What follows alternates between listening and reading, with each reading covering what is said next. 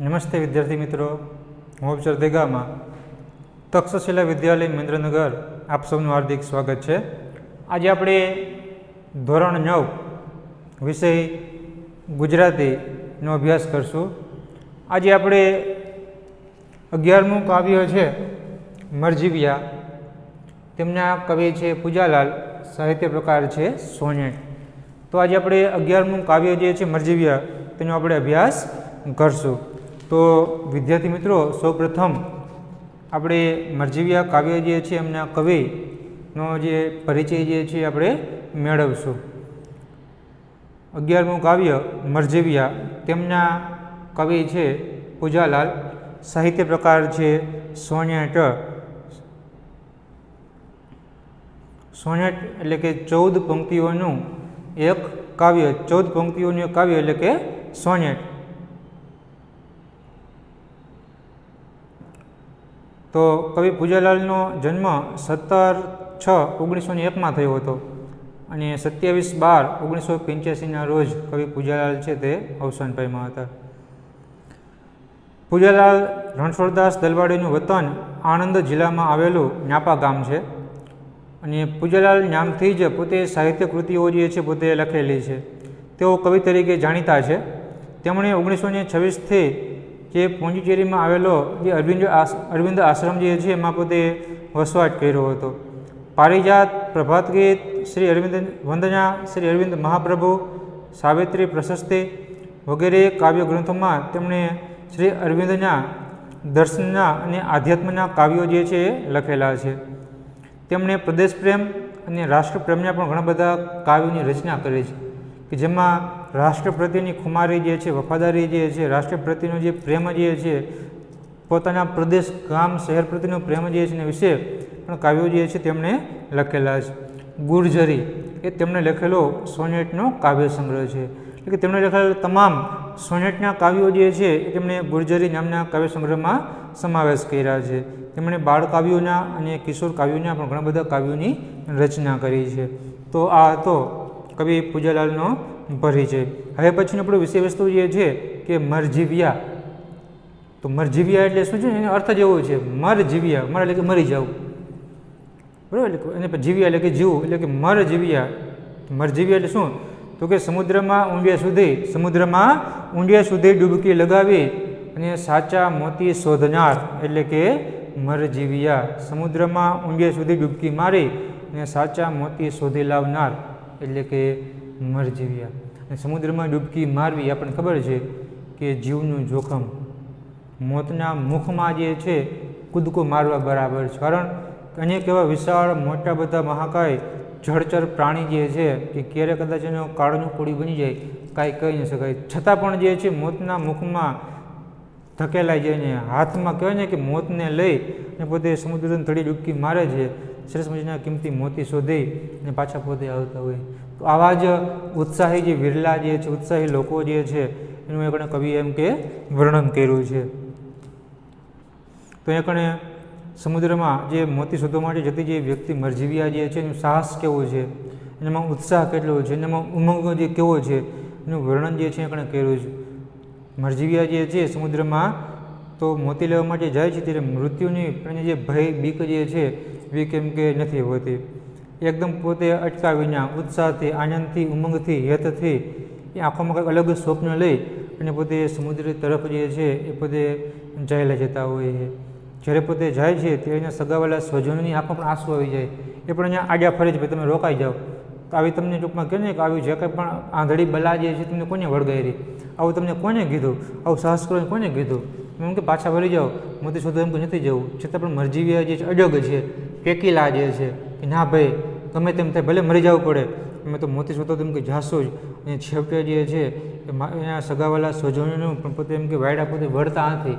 એકદમ પોતે મોટા બધા મહાકાય, મોટા મોટા મોજાઓ ઉછળતા હોય, મોટા વિશાળ મહાકાય વિકરાળ એવા ભયાનક ગર્જના કરતા સમુદ્રમાં જે છે એ પોતે એમ કે ખાબકી પડે છે અને એકદમ પોતે મોતી શોધી અને પાછા એમ કેમ પાછા પોતે આવતા હોય. આવા જ કાંઈક ઉત્સાહી જે મરજીવિયાની વાત અહીંયા કવિએ કરી છે.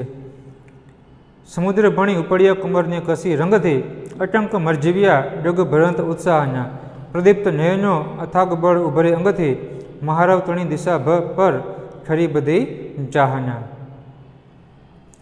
સમુદ્ર એટલે કે દરિયો, સાગર, રત્નાકર, ભણી એટલે કે તરફ, ઉપડ્યા એટલે કે ચાલતા થયા। તે પછીનો શબ્દ જે છે કમર કસીને, કમર કસી એટલે કે હિંમત ભેગી કરીને, તૈયાર થઈને।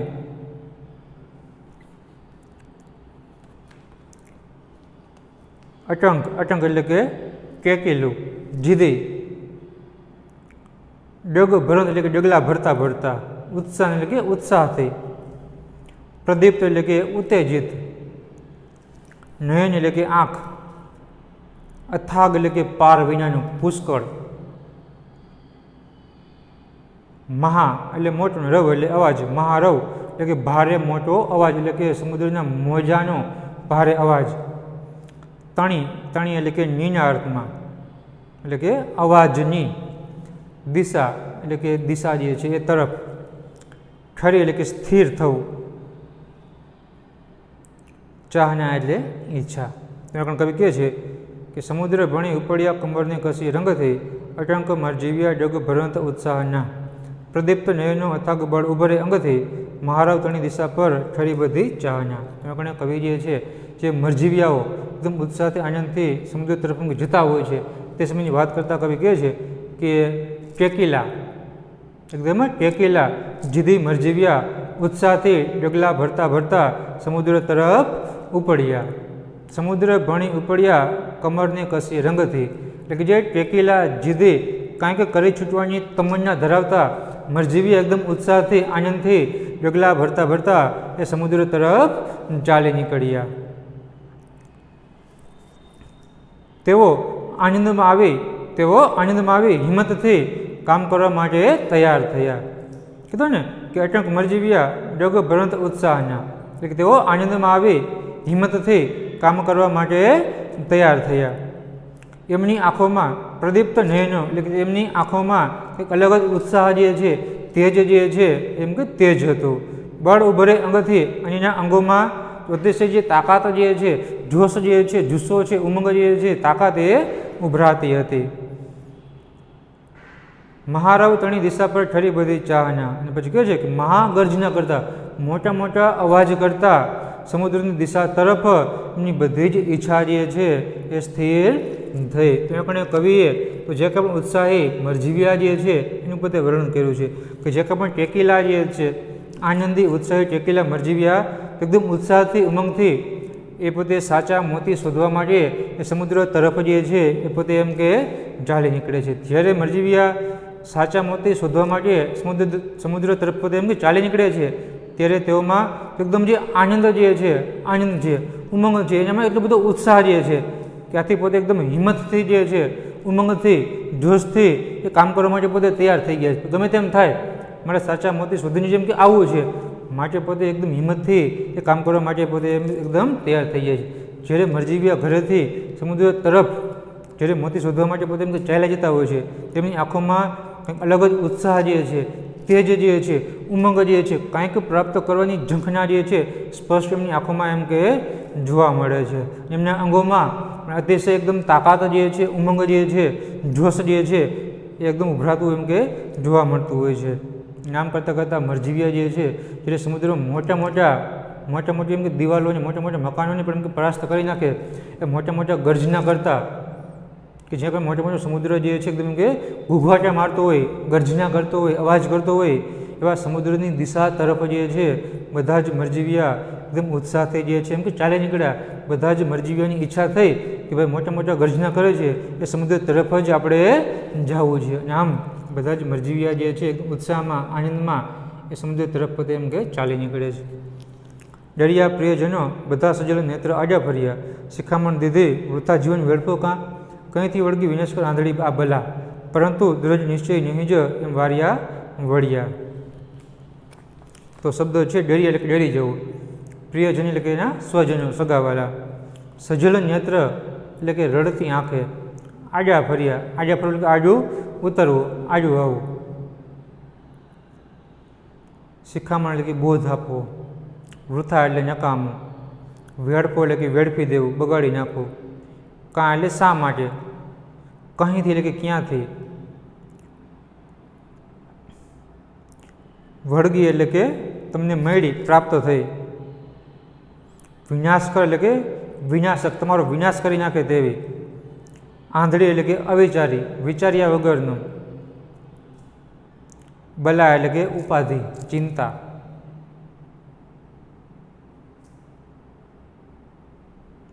દ્રઢ નિશ્ચયી એટલે કે દ્રઢ સંકલ્પ ધરાવનાર,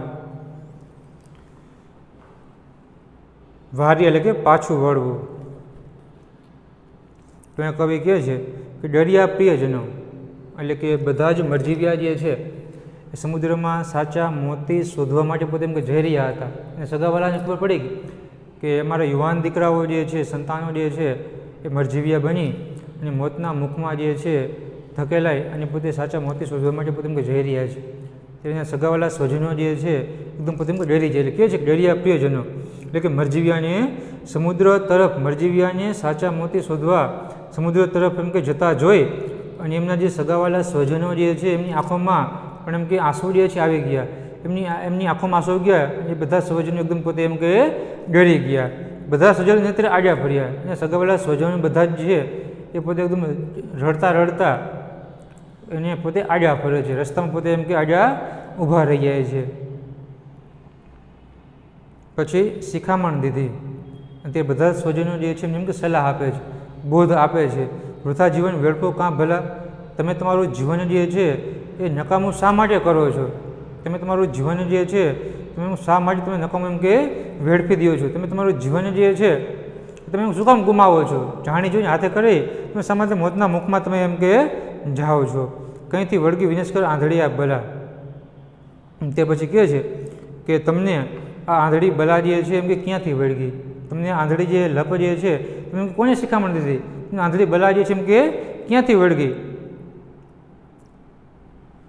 પરંતુ દ્રઢ નિશ્ચયી નિજ એમ વાર્યા વળ્યા. પરંતુ દ્રઢ નિશ્ચયી, દ્રઢ મનોબળ ધરાવનારા મરજીવ્યા જે છે ને સગાવાલા સ્વજનોના વડાવાથી એ પાછા એમ કે વેડા નહીં અને સ્વજનો પોતે માયના નહીં. એટલે આપણે જ્યારે મરજીવ્યા જે છે એ સમુદ્રમાં કીધું ને કે સાચા મોતી શોધવા માટે પોતે એમ કે જતા હોય છે અને સગાવાલા સ્વજનો જે છે એની ખબર પડે છે. અને ત્યારે તો કે દરિયા પ્રિયજનો એટલે કીધું ને કે મરજીવ્યાને સમુદ્ર તરફ સાચા મોતી શોધવા જતા જોઈ એમના જે પણ પ્રિયજનો, સગાવાલા સ્વજનો જે છે એકદમ પોતે ડરી જાય, એકદમ પોતે એમ કે હિંમત હારી જાય છે. અને ત્યારે એના જે સગાવાલા સ્વજનો જે છે એ પોતે સજળ આંખે પોતે રડતા રડતા જે છે એ મરજીવ્યાને જતા રોકવા માટે પોતે રસ્તામાં એમ કે આડ્યા ફરે. મરજીવ્યા પોતે જતા હોય છે એના જે રસ્તામાં જે છે પોતે રડતા રડતા પોતે આડ્યા ફરે છે. ઊભા રહી જાઓ, તમારે જે પણ સાચા મોતી શોધવા માટે તમારે ક્યાંય કરતા ક્યાંય એમ કે જવું નથી.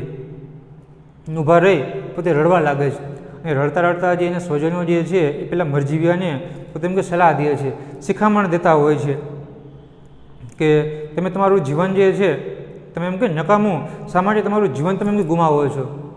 નકામું તમારું જીવન જે છે તમે એમ કે શા માટે વેડફી દો છો? તમે શા માટે તમારા મોતને જે છે તમે એમ કે વહાલું કરો છો? અને શા માટે તમે તમારું જીવન જે છે તમે એમ કે ગુમાવી દો છો? આ અવિચારી, વિચાર્યા વગરની આ આંધળી બલા જે છે, આંધળી કુચર તમને એમ કે ક્યાંથી પડી? તમને કોને શિખામણ દીધી? તમને કોને કીધું તમે એમ કે સાચા એમ કે મોતી એમ કે શોધવા માટે જાઓ? જ્યારે તમે એમ કે વિચારો તો ખરા, તમે જીવના જોખમે જે તમે જઈ રહ્યા છો અને સમુદ્રમાં કદાચ તમને મોત પણ આવશે, તમારું મૃત્યુ પણ થશે, માટે તમે વિચાર્યા વગરનું પગલું ન ભરો. તમે એમ કે પાછા વળી જાઓ. તમારે સાચા મોતી એમ કે શોધવા માટે એમ કે જવું નથી. પરંતુ મરજીવ્યા દ્રઢ નિશ્ચય કરી નીકળ્યા હતા કે ભલે મોતને વહાલું કરવું પડે, ભલે મોતને કદાચ ટૂંકમાં જીવ ગુમાવવો પડે, ભલે મરી જવું પડે, પણ પાછા તો એમ કે વળશું જ નહીં. કદાચ વળશું સાચા મોતી શોધીને જ આપણે એમ કે આવશું. આમાં સગાવાલા સ્વજનો જે છે ઘણું બધું એમ કે મનાવે છે, આડ્યા ફરે છે, રડે છે, પરંતુ દ્રઢ નિશ્ચય ધારણ કરેલા મરજીવ્યા જે છે એ પોતે સમજાવવા છતાં પણ પોતે એમ સમજતા નથી અને પાછા પોતે એમ કે વળતા નથી. અને સગાવાલા સ્વજનોનું પોતે એમ કે માયના નહીં તો પોતે આગળ જ મોતી શોધવા માટે એમ કે નીકળી ગયા. ગયા ગરજતા અફાટ વિકરાળ રચના કરે, તરંગગીરી માળ સા હૃદય ઉપરે આથળ્યા. હઠિયા ન લવ તોય સાહસિક સર્વ કૂદી પડ્યા, અગાધ જળમાં પ્રવેશ કીધો કાળને ગહરે. ગરજતા એટલે ગર્જના કરતા, અફાટ એટલે કે ખૂબ જ વિશાળ, વિકરાલ એટલે કે ભયાનક, રત્નાકર એટલે સમુદ્ર, તરંગ એટલે મોજા, તે પછી ગિરિમાળ એટલે કે લાંબી લાંબી પર્વતોની લાંબી હાર મળે, મોટા મોટા એમ કે પહાડો જેવા એમ, સા એટલે જેવા, હૃદય ઉપર એટલે કે હૃદય ઉપર, આથડિયા એટલે કે અથડાવું, ભટકાવું, હઠિયા એટલે કે હઠવું, પાછા જવું, ન એટલે કે નહીં, લવ લવ એટલે કે સહેજ પણ, જરા પણ, અગાધ એટલે કે પુષ્કળ, જળમાં એટલે પાણીમાં, તે પછી કાળ એટલે કે મૃત્યુ, ગહર એટલે કે ગુફા, કાળ અને ગહરે એટલે કે જે મોતરૂપી, મોતની જે ગુફા જે છે તે. તો કવિ કહે છે ગયા ગરજતા અફાટ વિકરાળ રચના કરે, આપણે કવિ કહે છે એટલા માટે બધા અહીંયા સગાવાલા સ્વજનો જે છે એને એમ કે રસ્તામાં ઊભા રહી સલાહ શિખામણ આપી પાછા વળવાનો ઘણો બધો પ્રયત્ન કર્યો, પણ મરજીવિયા જે છે એમ કે પાછા એમ કે ન વેળા. બધા જ મરજીવિયાઓ જે છે એ તો અફાટ, ખૂબ જ વિશાળ ગર્જના કરતા, મોટા મોટા જ્યાં પણ મોજા એમ કે ઉછળતા હતા, આવા ગર્જના કરતા વિકરાળ ભયાનક એ સમુદ્ર તરફ એમ કે ચાલી નીકળ્યા. જેમ મોટા મોટા પહાડોની સાથે એમ કે મોજા અથડાય, એમ મરજીવીના હૃદયની સાથે, શરીરની સાથે મોજા જે છે એમ કે અથડાવા લાગ્યા. તો પણ સહેજ પણ ખચકાણા વિના, સહેજ પણ ડેરા વિના, સહેજ પણ હિંમત હાર્યા વિના એ પાછા એમ કે ન ફેરા, તો આગળ આગળ એમ કે ચાલ્યા ગયા.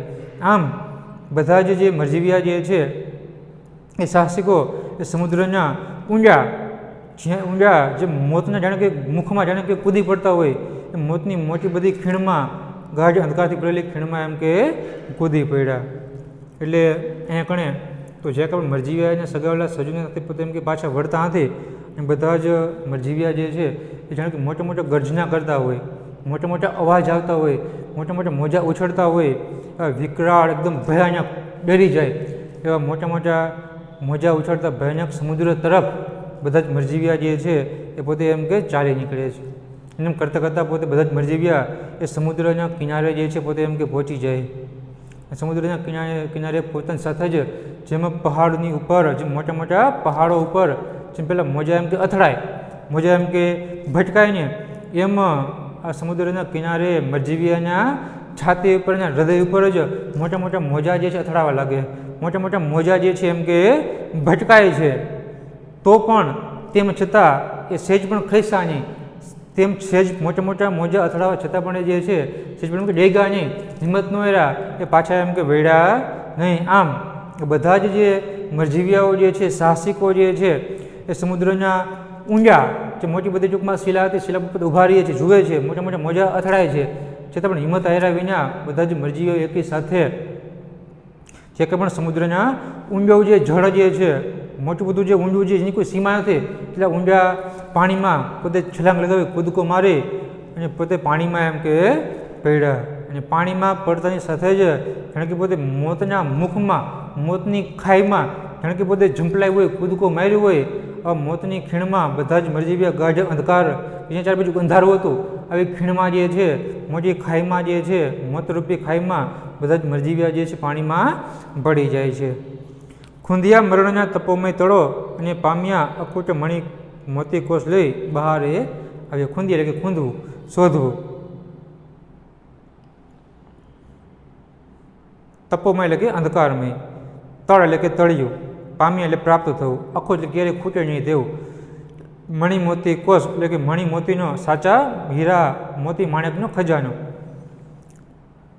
તે પછી કવિ કહે છે ખૂંદિયા મરણના તપોમય તળો અને પામ્યા અખૂટ મણિ મોતી કોષ લઈ બહાર આવ્યા.